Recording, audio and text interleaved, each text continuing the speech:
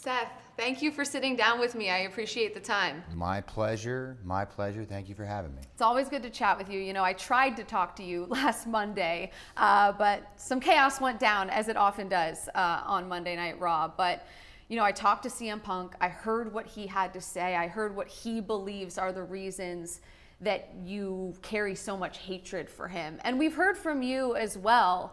But I'm just curious what the root issue is for you. Like, what is the driving force of this disdain that you very clearly feel for CM Punk?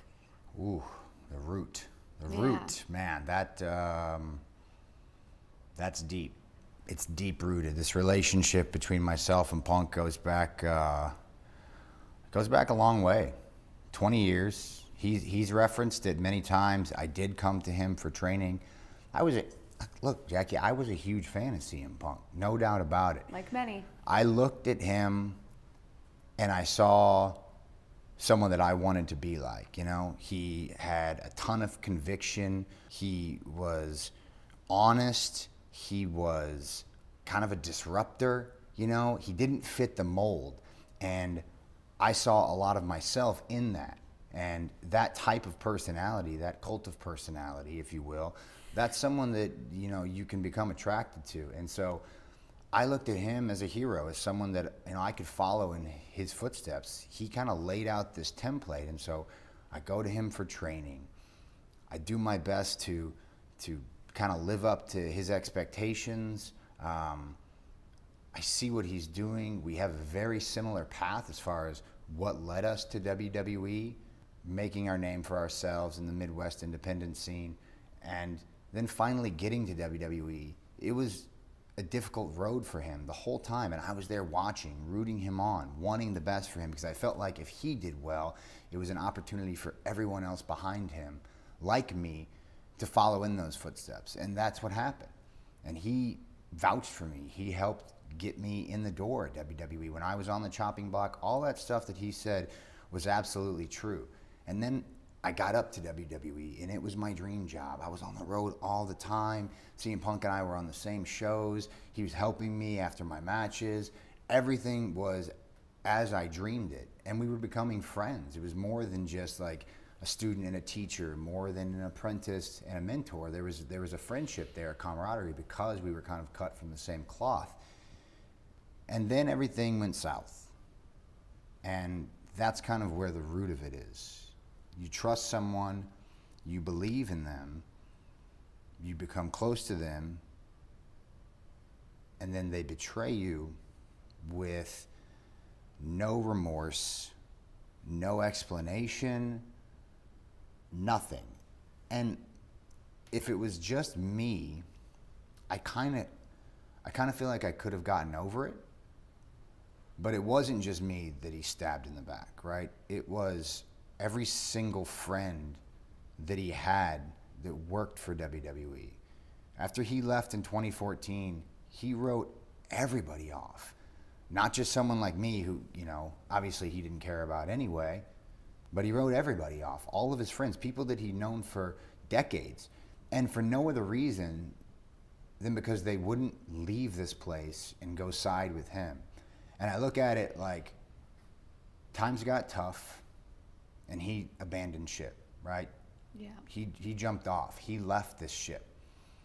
It was sinking. It was in a rough spot.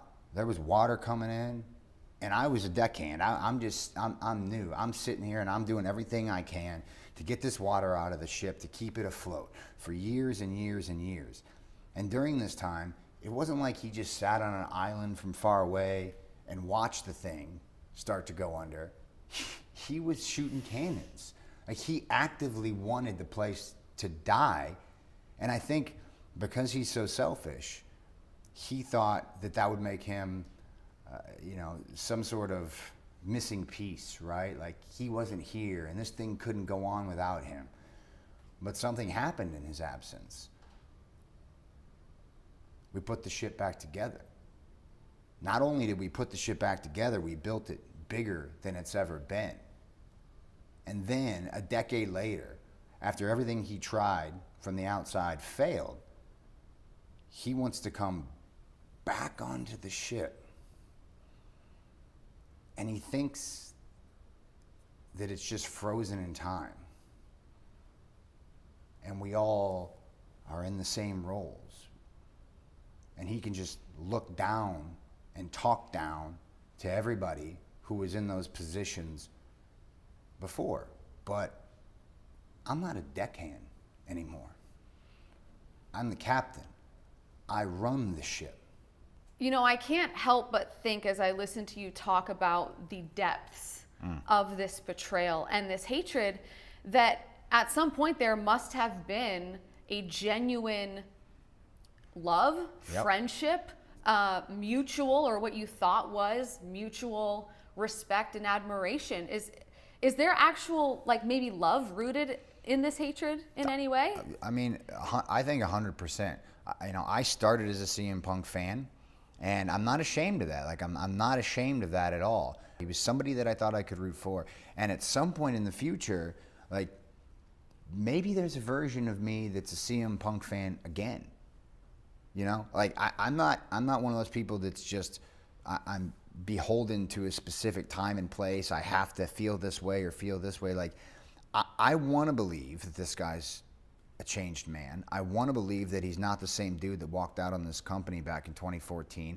I want to believe those things so that I can root for him again. But he makes it really difficult.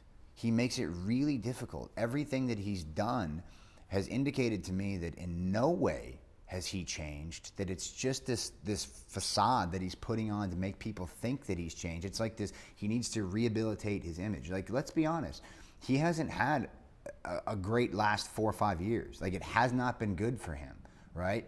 He's burned a lot of bridges. His reputation has been kind of smeared in specific areas. And I'm not going to go into details on that. You can look that up yourself. But, like, he comes back into WWE when it looks like all is lost. And, you know, he puts on this show, right? He's very good at that. And he puts on this show. He's you know, mature. He's a different guy.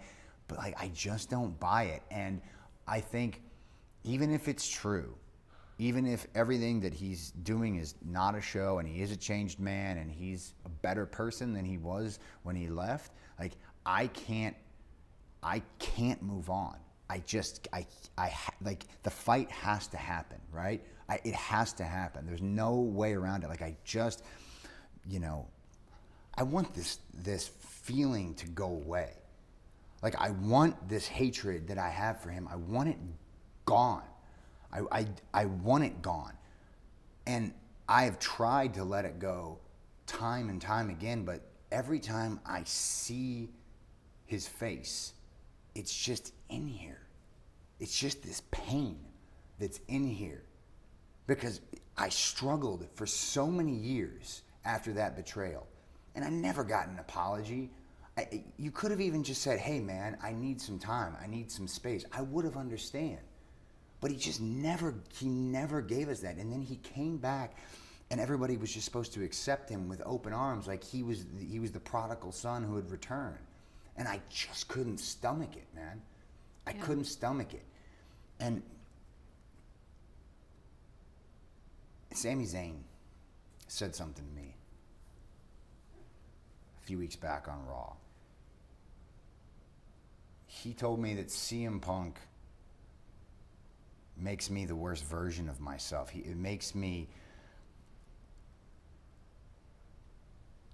like I'm not Seth Rollins anymore. And when he kind of said that to me, it really struck a nerve because it's true. Every time CM Punk has been brought up in the past decade, whether it be interviews or conversations, there's this switch that just goes off in my mind. And I can't seem to find a way to turn it off. And it affects everything that I do. CM Punk makes me a worse person. And I realized when I went home that week, he makes me a worse friend. He makes me a worse husband. He makes me a worse father. He makes me hate myself because I'm so consumed with this hatred. And I don't want that. I don't want that for myself. It's not healthy. It's not healthy for my life, for my career, for my family. I've got to get rid of it. And it takes me back to an interview I did some years ago where I was asked about CM Punk returning to WWE. And I called him a cancer.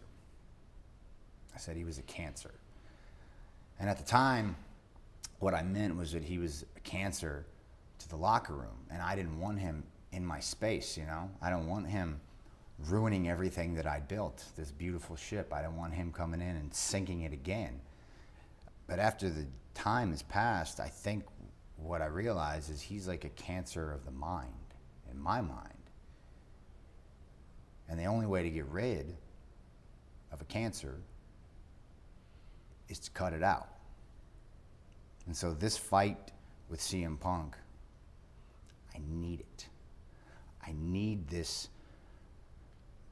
catharsis. There's just no way for him and I to coexist in the same space, moving around each other in this orbit. It just doesn't work. And so I've got to go through him.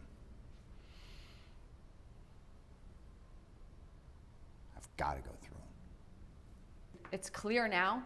And I think you could argue that it's been clear since he came back at Survivor Series in 2023 that you wanted a fight with this man. Yep. But for CM Punk, this is a fight that he's tried to avoid. He has said he doesn't want it. He said he's not focused on you. But the fight's going to happen. Why do you think CM Punk has tried to avoid this? You know, it's hard to tell if it's just a tactic of his, right? The line between what's true and what's not when it comes to what CM Punk says and does is very blurry.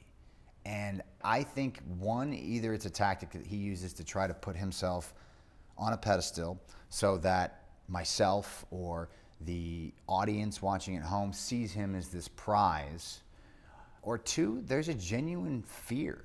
I mean, he's been gone a long time. He's not the same dude he was when he left. I've grown. He's regressed because he hasn't been in the game for as long as I have. In the time that he's been gone from WWE, I've wrestled well over 1,000 matches in a WWE ring. I've won titles. I've main evented WrestleManias. I am a younger man. I am in better shape than he is. And I think there's a fear that if he faces me,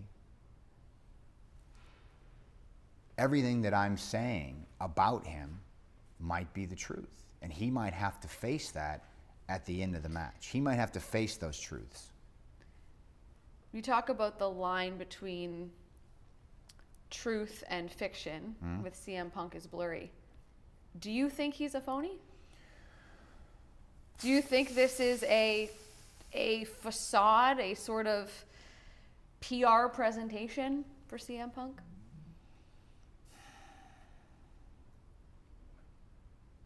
I think he believes everything he says to a degree. I think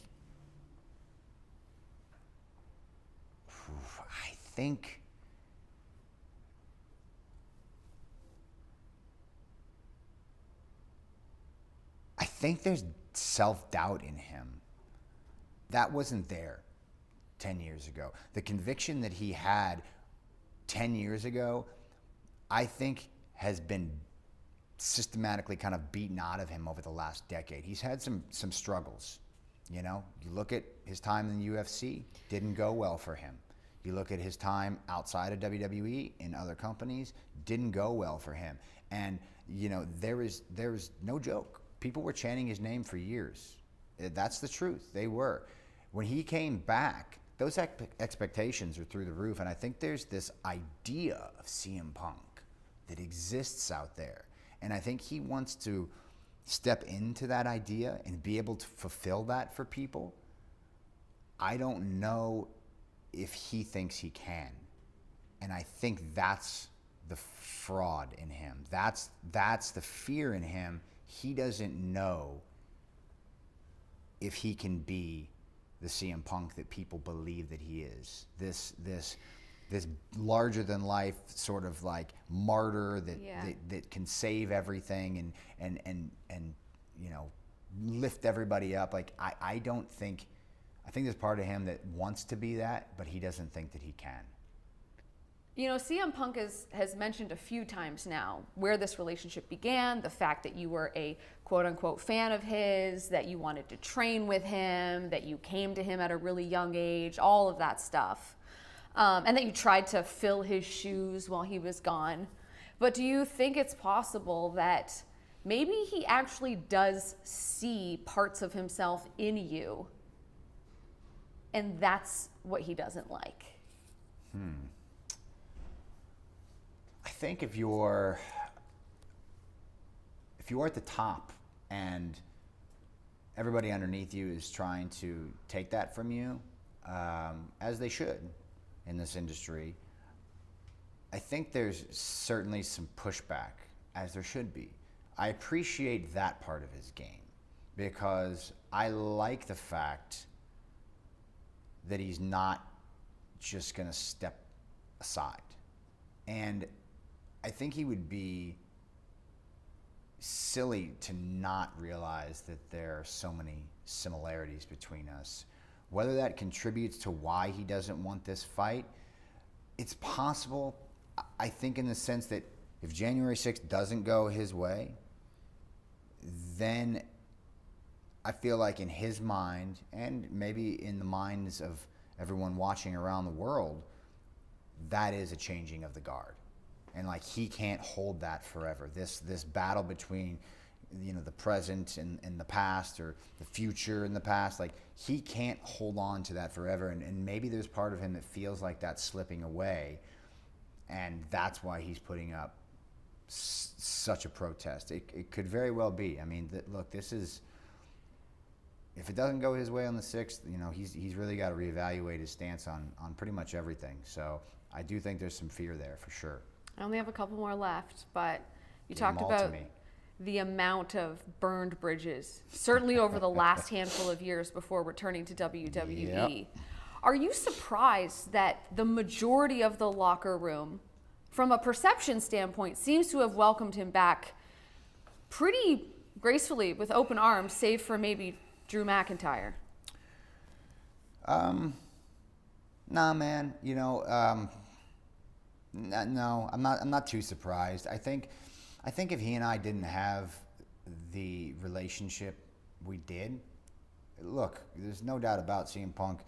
He's good for business. There's no doubt about that. No doubt about that. I understand from a business perspective why you would want him around. And a lot of these guys and girls in the locker room, they just don't have the relationship with him that I had. They don't feel that way about him. They didn't feel that way about him 10 years ago. They didn't know him 20 years ago. And so I think the nature of our relationship is what like kind of keeps this fire in me, you know? And I'm not gonna sit here and be like, oh, I love this more than anybody else. That's not the case. We all love WWE. We love this job, this business. But like, I was so ingrained in it for the time that he was gone. I was so ingrained in it, and I took it so personal when people outside, this is my home, man. This was my home. I love this place. I loved it. And you can say like warts and all, right? I loved, there's certainly things we would love to have fixed during that period of time. And there's certainly pieces we would have loved to have cut out or done different things like, but this is what we've got, man. This is our house. You don't just abandon your house and your family and your people and then, you know, go somewhere else and try to tear that place down. Like that's crap behavior. Like that's narcissist behavior. That's garbage, dude. And so when I was here, I wanted to protect this place. I believed in it. I believed in the locker room. And I wasn't shy about like standing up when there was pushback on the outside. Like, this is the best place in this business. Like, we have the best roster. We have the best people. We are going to make this thing great. You just got to stick with me. Have some patience. And like, what's you know, tough times don't last. Tough guys do. Well, yeah.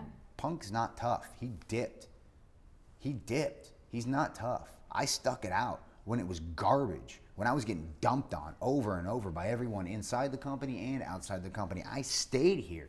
And so I took all of those attacks from everybody outside of here and from him very personally, because sometimes it felt like I was the only one who would stand up and say anything. I was the only one that would stand up and have pride in my house that I built and that I fostered. And so I took all that very personally. And it was hard for me to just see him walk back in here. Not everybody had that relationship with the company. Not everybody had that relationship with CM Punk. I think it's very unique to me. And that's why it's harder for me to let this thing go. And it sounds like this is as much about your personal relationship with CM Punk as it is about protecting the thing that you love, which is WWE and the business as a whole, which I think actually a lot of people watching this will probably relate to, because these fans, they were there, right? They were watching the time that CM Punk was gone, and they were chanting his name, hoping he would come back. But you were there willing to go down with the ship, as you call it. Yeah. Go down fighting for it anyways. The thing is, it's like I've tried to sort of explain how I felt about CM Punk many times over the years, and it's sort of, I don't want to say like I'm talking into the wind, but like the people that chant his name, there's no changing their minds, right? Does it bother you when they do it? When you're out there? If you would ask me that question and say like 2017, 2018, 2019, I would tell you absolutely that bothered Pissed you me. off. Yeah, because he didn't want to be here. He got sick satisfaction sitting at home on his stupid social media, hearing that people hijacked the show in Chicago by chanting his name all night. He got a sick satisfaction out of that. But would he come back then? Absolutely not. He didn't even entertain the idea when people wanted him to come back. When he entertained the idea? When everything was well and good, when nobody was chanting his name anymore, right? Because he needed this place and it didn't need him. And so that hypocrisy, that level of hypocrisy is what really just eats at me. It really just eats at me. It's hard for me to just let that go in a year's time. Like, okay, yeah, you're back, everything's great. You stack that on everything else. You stack that on the last 20 years and what we've built to, like it as I'm running it out of my mouth, it just disgusts me to say it. It makes me so angry. That worst version of me, this is it. And I got to get rid of it. I got to be done with this. You talk about getting rid of it by cutting it out, That's by it. fighting through it, and how this fight has to happen for you as a personal catharsis. So, January 6th, Seth Freakin Rollins, one-on-one versus CM Punk in front of the entire world. Yep. On the Netflix premiere of Monday Night Raw, and it is going to be an absolute fight. What does cutting him out look like? What can we expect from... I don't even want to call it a match because it doesn't feel like the right word. No, it's a fight. It's going to be a fight. There's no question about it. It's going to be a fight. I mean, this is the biggest fight in our sport right now. This is the biggest fight in our industry. And, a lot of people will say, oh, Seth, maybe you push this to WrestleMania. But nah, man, this is my WrestleMania, and I need it now. After Survivor Series this year, and I saw him hand in hand with Roman Reigns, like, that was like enough for me. Enough is enough. Like, I've let it go on for a year. We were on a collision course. He gets sidetracked. I go in a different direction.